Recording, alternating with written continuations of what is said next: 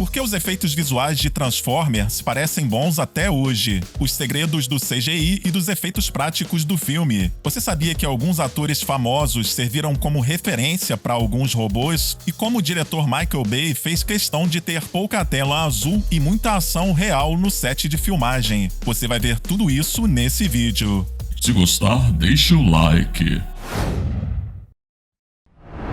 Michael Bay sempre foi conhecido por fazer filmes cheios de ação frenética e explosiva, e com Transformers não foi diferente. Mesmo em uma produção com vários personagens digitais e elementos fantasiosos, o diretor queria cercar tudo isso com o máximo de realismo possível. Nas cenas de ação, ele contou com alguns dos melhores especialistas em efeitos práticos, além da parceria já habitual com os militares norte-americanos, que inclusive muitas vezes interpretavam militares no filme. Ao mesmo tempo, o cineasta foi bastante exigente com as equipes de efeitos visuais, principalmente quanto aos detalhes da representação realista dos robôs e suas alterações de forma. A empresa de efeitos Industrial Light and Magic desenvolveu mais de 40 transformações diferentes só para esse primeiro filme, mas sempre que possível, a ideia era criar a destruição provocada pelos robôs no próprio set de filmagem. O melhor exemplo disso é a cena em que um dos Transformers divide um ônibus no meio. Para isso, o veículo foi preparado previamente, com as duas partes do ônibus unidas por cabos e parafusos, que seriam cortados ou explodidos no momento certo. A metade de trás tinha 3 canhões de alta pressão para fazer essa parte girar depois da explosão. Posteriormente, a equipe de efeitos gráficos incluiu o robô, além de aprimorar digitalmente a explosão e os detritos. Para o filme de 2007, foram desenvolvidos 14 personagens robôs fotorrealistas. Como tinha maior tempo de tela, Bumblebee serviu como base para testes digitais de modelagem, estrutura, iluminação, animação e transformações dos outros personagens. Ele também ganhou uma versão física para ser usada no set de filmagem, mas isso eu vou explicar melhor daqui a pouco. Na busca por um equilíbrio entre uma aparência ao mesmo tempo alienígena e realista, levemente inspirada em armaduras de samurais, foi decidido que cada robô teria milhares de peças articuladas e conexões complexas, além de camadas de tinta, sujeira, arranhões e diferentes texturas. Eles também precisaram ser combinados com veículos reais usados pela produção. O objetivo principal era fazer com que os robôs tivessem um tamanho compatível com esses veículos. Quando possível, os designers usaram modelos de computador da indústria automotiva como referência para os carros e caminhões em computação gráfica. Inicialmente, o plano era modelar os robôs usando apenas as peças disponíveis nos veículos, mas o diretor Michael Bay gostou tanto das belas artes conceituais feitas para o filme que pediu que os robôs ficassem parecidos com os trabalhos dos ilustradores. Depois, ainda não satisfeito, fez a equipe de modelagem adicionar muito mais peças de carro visíveis. Todos os Transformers juntos tinham mais de 60 mil peças móveis e cerca de 12,5 milhões de polígonos. Só o Optimus Prime tinha mais de 10 mil peças móveis. Para cada design de transformação, os artistas começavam com o robô em sua posição final, em pé, e depois trabalhavam de trás para frente, até ele virar um veículo. A ideia inicial era fazer apenas um estilo de transformação por personagem, mas foi decidido que ficaria visualmente mais interessante se cada transformação fosse única e projetada de acordo com o ângulo e movimento da câmera.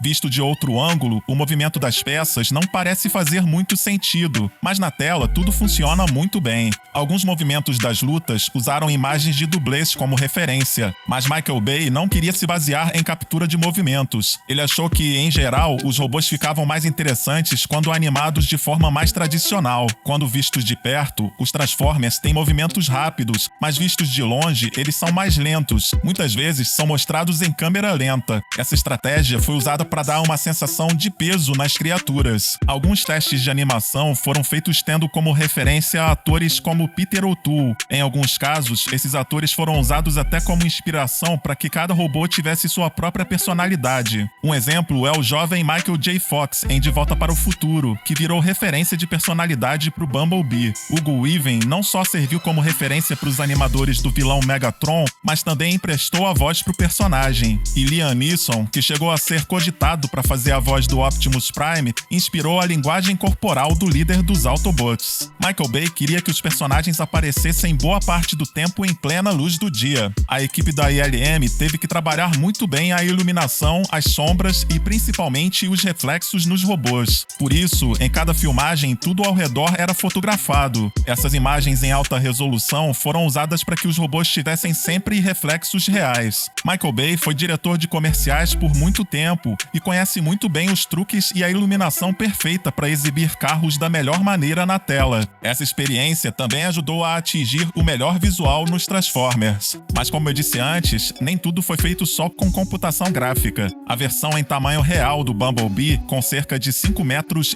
de altura, foi esculpida cuidadosamente primeiro em um tipo de espuma. A partir daí, criaram moldes para peças de fibra de vidro. Esse modelo não foi feito para ter movimentos muito complexos, mas podia ser manipulado e assumir posições para ser usado também como referência. Metade do corpo do vilão Megatron também foi construída em tamanho real. Simulando uma versão congelada do robô, o modelo parcial foi completado com CGI em algumas cenas, mas mesmo incompleto, era a principal atração de um dos sets de filmagem mais impressionantes do filme. A produção também usou outros bonecos e animatrônicos fornecidos pela K&B e FX. Alguns exemplos são a cabeça e a cauda do Decepticon Scorponok, aquele que ataca uma unidade militar de operações especiais. Embora a maioria das cenas da criatura tenham sido feitas com CGI, os animatrônicos ajudaram como referência e na interação durante as filmagens. Eles eram movimentados principalmente por controle remoto e por cabos. A K&B também produziu um boneco articulado para o Frenzy, o robô hacker que se transforma em um aparelho de som. Ele serviu como referência ou até apareceu em cenas que exigiam interação com os atores. As mandíbulas eram operadas por controle remoto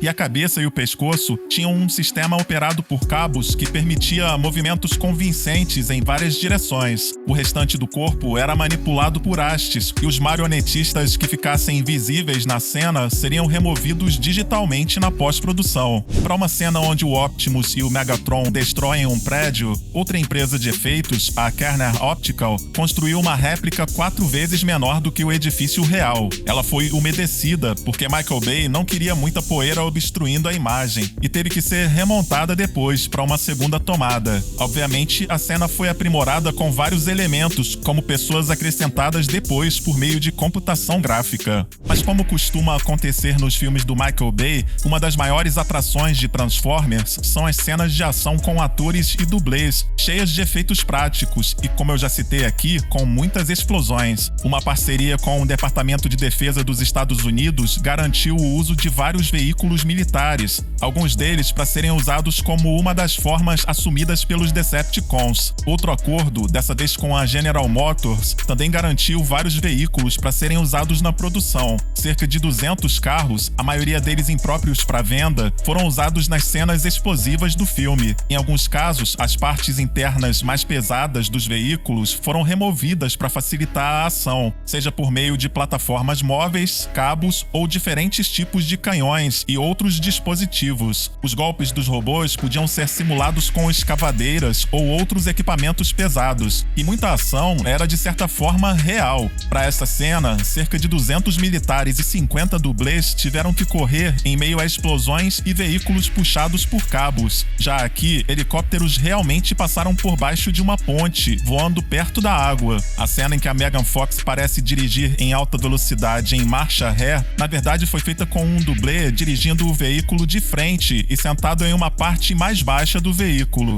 A moto que desliza de lado, na verdade, foi rebocada e, obviamente, tinha uma proteção para não arrastar o ator Josh Duhamel diretamente no chão. Shia LaBeouf também mostrou que tem coragem, tudo pela arte. Além de correr de cães que não obedeciam muito aos comandos da equipe, ele chegou a ser pendurado no topo de um prédio, sem uma rede de segurança, na cena em que ele aparece agarrado a uma estátua, mas pelo menos ele tinha alguns cabos presos no corpo, que depois seriam apagados digitalmente, claro. Esse primeiro Transformers recebeu uma indicação ao Oscar de melhores efeitos visuais e arrecadou mais de 700 milhões de dólares nas bilheterias. Além disso, impulsionou uma franquia de filmes, entre continuações, derivados e reboots, que já arrecadou mais de 5,2 bilhões de dólares. Então, se você é fã da franquia, é só pedir que eu faça mais vídeos, porque o que não falta é filme dos Transformers pra gente mostrar aqui. Combinado? Então a gente se vê.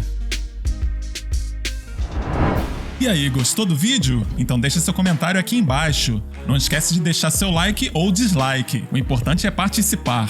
Um grande abraço e até a próxima!